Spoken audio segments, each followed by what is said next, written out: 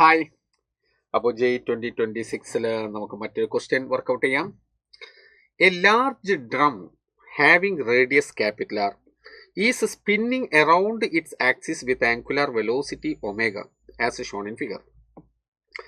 Yes, അപ്പോൾ നമ്മളിവിടെ കാണുന്നുണ്ട് ഒരു സിലിണ്ട്രിക്കൽ ഷേപ്പിലാണ്. അപ്പോൾ ഇത് എബൌട്ട് ദിസ് ആക്സിസ് അത് ഒമേഗ ആംഗുലാർ വെലോസിറ്റിയിൽ കറങ്ങിക്കൊണ്ടിരിക്കുകയാണ്. ഒമേഗ ആംഗുലാർ വെലോസിറ്റിയിൽ കറങ്ങിക്കൊണ്ടിരിക്കുന്നു. The minimum value of omega so that the body of mass capital M remains stuck.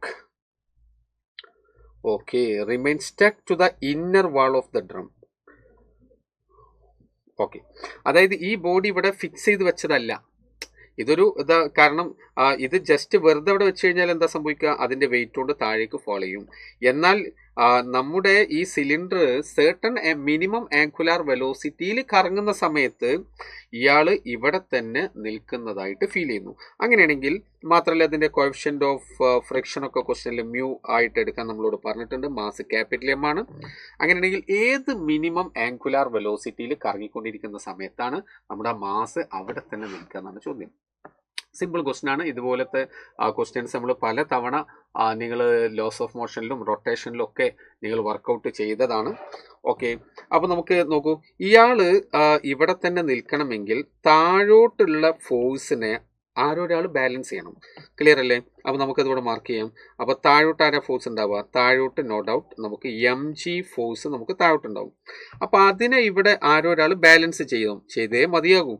അപ്പോൾ അതിനെ ബാലൻസ് ചെയ്യുന്നത് ആരായിരിക്കണം? ഫ്രിക്ഷണൽ ഫോഴ്സ് ആയിരിക്കും. അപ്പം നോക്കൂ, ഫ്രിക്ഷണൽ ഫോഴ്സ് ഇതാ അങ്ങോട്ട്, ഫ്രിക്ഷണൽ ഫോഴ്സ്. ഓക്കെ, അപ്പോൾ സ്റ്റാറ്റിക് ആയിട്ട് നിൽക്കണം. സ്റ്റാറ്റിക് ആയിട്ട് നിൽക്കുമ്പോൾ ആ മാക്സിമം സ്റ്റാറ്റിക് ഫ്രിക്ഷൻ ആണ് നമുക്ക് അവിടെ വേണ്ടത്. അവിടെ നിൽക്കട്ടെ. യെസ്, ഇനി നോക്കുക, അപ്പോൾ ഫ്രിക്ഷണൽ ഫോഴ്സ് മുകളിലേക്ക്. യെസ്, ഇനി എന്താ സംഭവിക്കുക? ഇയാൾ ഇങ്ങനെ കറങ്ങിക്കൊണ്ടിരിക്കുന്ന സമയത്ത് എന്തുണ്ടാവും? അവിടെ നമുക്ക് കറങ്ങുന്ന സമയത്ത് അതിന് ഔട്ട്വേർഡ് ഡിറക്ഷനിലേക്ക് സെൻട്രിഫ്യൂഗൽ ഫോഴ്സ് ഉണ്ടാവും അല്ലേ? Centrifugal force which is equal to centripetal force. Okay, അപ്പോൾ നോക്കൂ, ഇവിടെ ഇതിന് മുകളിൽ അങ്ങോട്ടേക്ക് ഒരു ഫോഴ്സ് ഇതാ ഫീൽ ചെയ്യുന്നു. അതേതാ ഫോഴ്സ്? സെൻട്രിഫ്യൂഗൽ ഫോഴ്സ് ആണ്. അതിന്റെ ഇക്വേഷൻ എന്താ? M omega square R or M V square by R. Okay, നമുക്ക് കൊടുക്കാം. ഇവിടെ ഒമേഗ പറഞ്ഞുകൊണ്ട് നമുക്ക് എം ഒമേഗ സ്ക്വയർ ആർ കൊടുക്കാം. അപ്പോൾ എന്താ സംഭവിക്കുക? അപ്പോൾ ഈ ബോഡി ഇങ്ങോട്ടേക്ക് ആ ഫോഴ്സ് എക്സേർട്ട് ചെയ്യുന്ന സമയത്ത് അത്ര തന്നെ ഫോഴ്സ് നോർമൽ റിയാക്ഷൻ ആയിട്ട് ഇങ്ങോട്ടേക്ക് ഉണ്ടാവും. ശരിയല്ലേ? Yes, let me mark it. ഇങ്ങോട്ടേക്കുള്ള ഫോഴ്സ്, ദിസ് ഫോഴ്സ് ഇതാരാണ്? M omega square R. അപ്പം നോർമൽ റിയാക്ഷൻ നോക്കൂ, നോർമൽ റിയാക്ഷൻ ഇങ്ങോട്ട്, this is the normal reaction.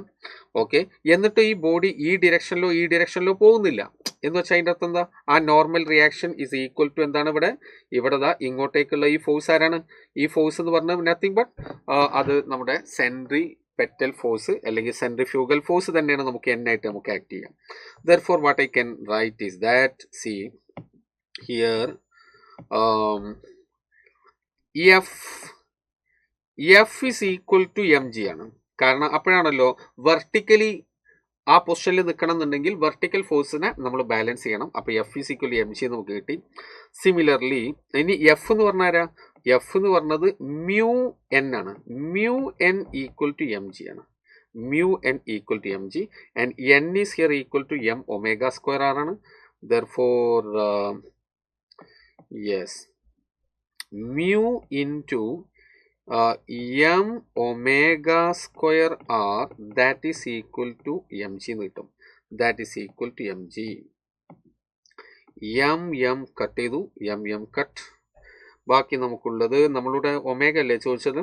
Yes, omega square equal to G divided by mu R എന്ന് നമുക്ക് കിട്ടും.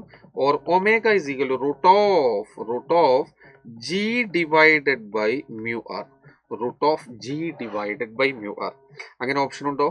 Root of G divided by mu R. Option 4 is correct.